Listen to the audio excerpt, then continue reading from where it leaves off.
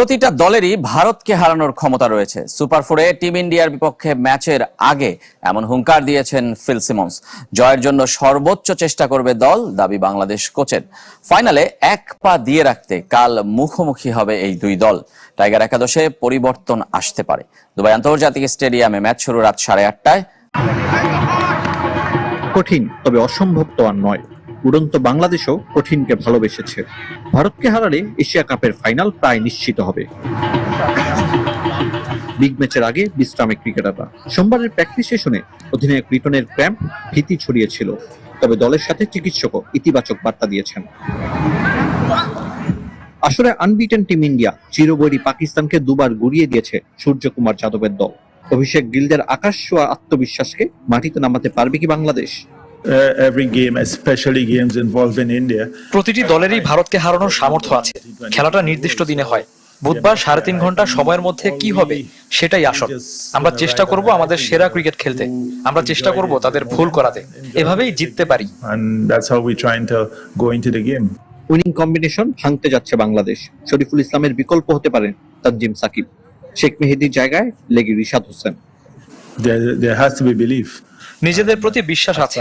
যদি মোমেন্টাম পাই সেটা অবশ্যই ধরে রাখতে হবে, তাহলে ভারতের বিপক্ষে জেতার সুযোগ আসবে। That we have that chance. And তবে কোচের বিরক্তির কারণ টানা দুদিন 2 ম্যাচ।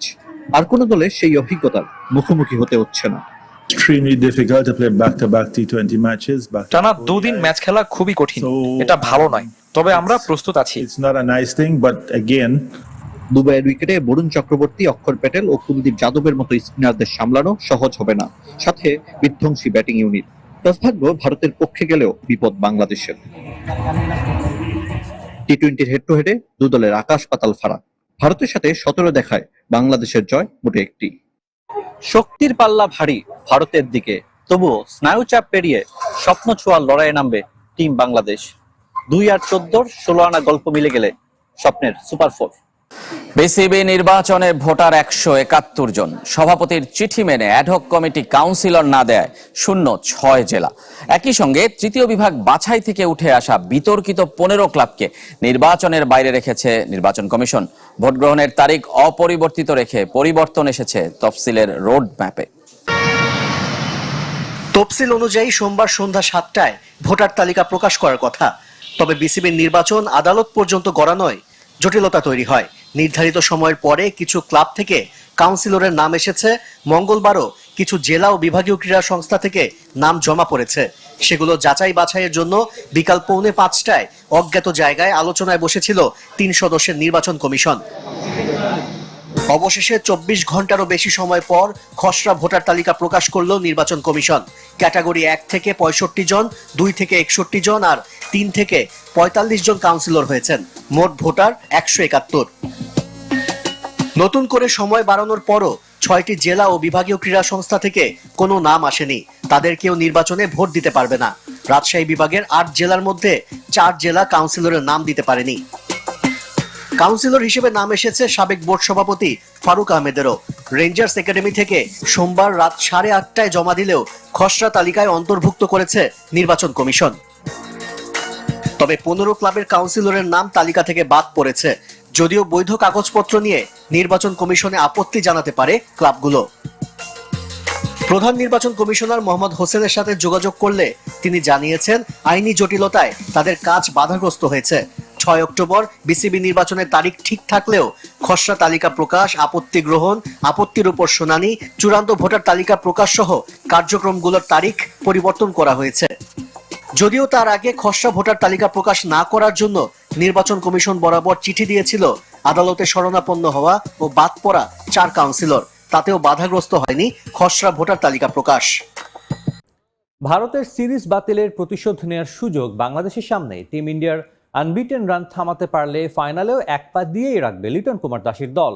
এই এশিয়া কাপে শেষবার মেন ইন ব্লুরা হেরেছিল টাইগারদের কাছেই। সেটাও এই ম্যাচে অনুপ্রেরণা হবে বাংলাদেশের জন্য। এশিয়া কাপের আগে বাংলাদেশ দলের যে প্রস্তুতি নেয়ার কথা ছিল, সেই প্রস্তুতিতে একটা ধাক্কা লাগে টিম ইন্ডিয়ার হঠাৎ করে ট্যুর বাতিলের কারণে। সেই ট্যুর বাতিলের কোনো এক্স্যাক্ট কারণ এখন পর্যন্ত টিম ইন্ডিয়া জানায়নি, এবং বাংলাদেশ দলও কেন তাদের সেই নির্ধারিত সিরিজটি খেলতে পারলো না সে কারণটা এখনো তাদের কাছে অজানা। তবে সেই টিম ইন্ডিয়ার এগেনস্টে বাংলাদেশ প্রতিশোধ নিতে পারে এশিয়া কাপের মঞ্চে।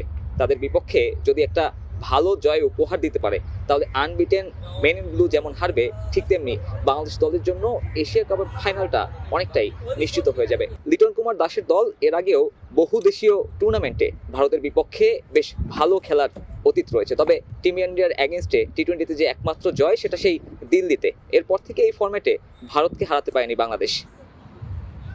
এবারও কাজটা কঠিন। এশিয়া কাপে তারা যে ধরনের ক্রিকেট খেলছে তাতে বাংলাদেশ নিঃসন্দেহে আন্ডারডগ হয়েই নামবে। তবে যেহেতু ক্রিকেট, সেহেতু এখানে নিশ্চিতভাবে কোনো কিছু বলার সুযোগ নেই এবং লিটন কুমার দাসের জন্য এখন একটা বড় সুযোগ ভারতকে হারিয়ে নিজেদের শক্তিমত্তার প্রমাণ দেয়ার। এবং তা যদি তারা করতে পারে তাহলে যেমন এশিয়া কাপের ফাইনাল ঠিক হবে, ঠিক তেমনি বাংলাদেশ দলকেও হয়তো নতুনভাবে চিনবে বিশ্ব ক্রিকেট। বাংলাদেশ দল এই ম্যাচের আগে নিজেদের অনুপ্রেরণা খুঁজে পেতে পারে সবশেষ এশিয়া কাপের মঞ্চ থেকে। কলম্বোতে সাকিব আল হাসানের নেতৃত্বে এই ভারতকে হারিয়েছিল বাংলাদেশ। এরপরে আবারও আরেকটা এশিয়া কাপের মঞ্চ। এবারও বাংলাদেশ দল দারুণ একটা ছন্দে রয়েছে। শ্রীলঙ্কাকে হারানোর পরে দলের যে অবস্থা তাতে মোমেন্টামটা তাদের পক্ষেই রয়েছে। লিটন কুমার দাসের দল কতটুকু দলগতভাবে তৈরি এবং টিম ইন্ডিয়াকে তারা প্রথমবারের মতন হারের স্বাদ দিতে পারবে কিনা, সবকিছুর উত্তর মিলবে এই দুবাইতে। লিটন কুমার দাসদের সামনে সর্বোচ্চ প্রস্তুতি নেয়ার বিকল্প নেই। সুপার 4-এ পরবর্তী ম্যাচে প্রতিপক্ষ ভারতকে নিয়ে ভাবছে না বাংলাদেশ, বরং 8-10টা ম্যাচের মতো এ ম্যাচেও জয়ের জন্যই মাঠে নামবে টাইগাররা, এমন মন্তব্য করেছেন অলরাউন্ডার শেখ মেহেদী। মোস্তাফিজুর রহমানকে নিয়ে স্তুতি ঝরেছে তার কণ্ঠে, প্রশংসা করেছেন টিম ম্যানেজমেন্টেরও। বাংলাদেশ দলের সবকিছু যখন পক্ষে ছিল তখন একটা অঘটনের শিকার টিম টাইগার্স, যেখানে লিটন কুমার দাস নিজের নির্ধারিত সময়ের অনুশীলন সেশনটায় পুরোপুরি ব্যাটিং প্র্যাকটিসটা করতে পারেননি। কী ধরনের ইনজুরি তা নিশ্চিত না হলেও ক্যাপ্টেন লিটন উঠে গিয়েছেন মাঠ ছেড়ে প্র্যাকটিসের নির্ধারিত সময়ের অনেক আগেই এবং টিম ফিজিওকে দেখা গেছে তার সঙ্গে কথা বলতে। যদিও এখন পর্যন্ত আনুষ্ঠানিকভাবে কোনো ধরনের ঘোষণা আসেনি, তবে ভারতের বিপক্ষে বর্তমানে এই দুই দলের মাঝে লিটন কুমার দাসই হচ্ছেন সর্বোচ্চ রান স্কোরার। সেই সর্বোচ্চ রান স্কোরার তার সাথে অধিনায়ক লিটনকে যদি না পাওয়া যায় তাহলে ভারতের বিপক্ষে বড় ধাক্কাই লাগবে বাংলাদেশ শিবিরে। তবে ওই এক ঘটনা একপাশে রাখলে আইসিসি একাডেমিতে প্রস্তুতিটা চমৎকার ছিল বাংলাদেশের। বড় শটের মহড়া কেমন ছিল তা এই সংবাদ সম্মেলন দেখেই বোঝা যায়। সব ম্যাচআপ গুলো মনে হইতেছে খুব ভালো হইতেছে, যে আসলে সবকিছু চিন্তা ভাবনা করে তারা টেকনিক্যালি টেকটিক ওয়াইজ যারা চিন্তা করতেছে তারা সব মিলেই চিন্তা করে এই ডিসিশনগুলো নিতেছে। এট দ্য সেম টাইম টিমের জন্য যেটা প্রয়োজন সবাই সেই জন্যই প্রস্তুত আছে। ভারত ম্যাচে টাইগারদের ট্রাম্প কার্ড হতে পারেন মোস্তাফিজ, আছেন দারুণ ছন্দে। 1 উইকেট পেলেই টি-20 উইকেট শিকারীর তালিকায় ছাড়িয়ে যাবেন সাকিব আল হাসানকে। মুস্তাফিজ যখন মাঠের ভিতর ঢোকে তখন টোটালি পুরো ডিফারেন্ট।